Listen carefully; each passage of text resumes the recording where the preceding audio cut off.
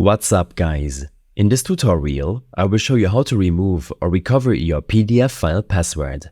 This should be quite an easy tutorial. For more information, click on the first link in the description below. Forgetting passwords is part of our digital life. When it comes to PDF files, these passwords can be crucial for accessing important documents. But don't worry, tools and solutions are here to help. First, you need to download PassFab for PDF. I'll include a link in the description below for easy access. Head to the PassFab for PDF webpage and look for the download option. Once you've downloaded the software, install it by following the on-screen prompts. After installation, launch the software.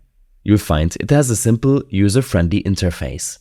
Click on the Add button to upload your password-protected PDF file. You'll see several recovery methods like dictionary attack, brute force with mask attack, and brute force attack. Choose the one that seems most appropriate for your situation. If you remember anything about your password, like its length or certain characters, you can customize the recovery process. Click on the settings next to the recovery method. Here, you can set parameters like password length, character sets, and even possible prefixes or suffixes that the password might have.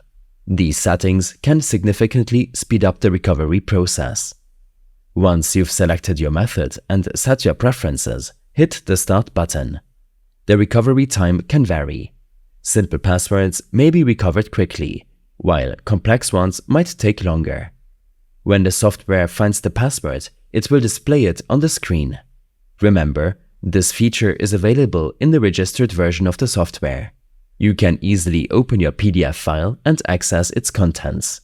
It's crucial to use such tools responsibly and ethically. Make sure you're attempting to unlock a PDF file that you have the legal rights to access. These steps and more information will be available in my extensive guide linked in the description below. I hope this helped you out. Leave a comment if you have any questions and see you in the next one.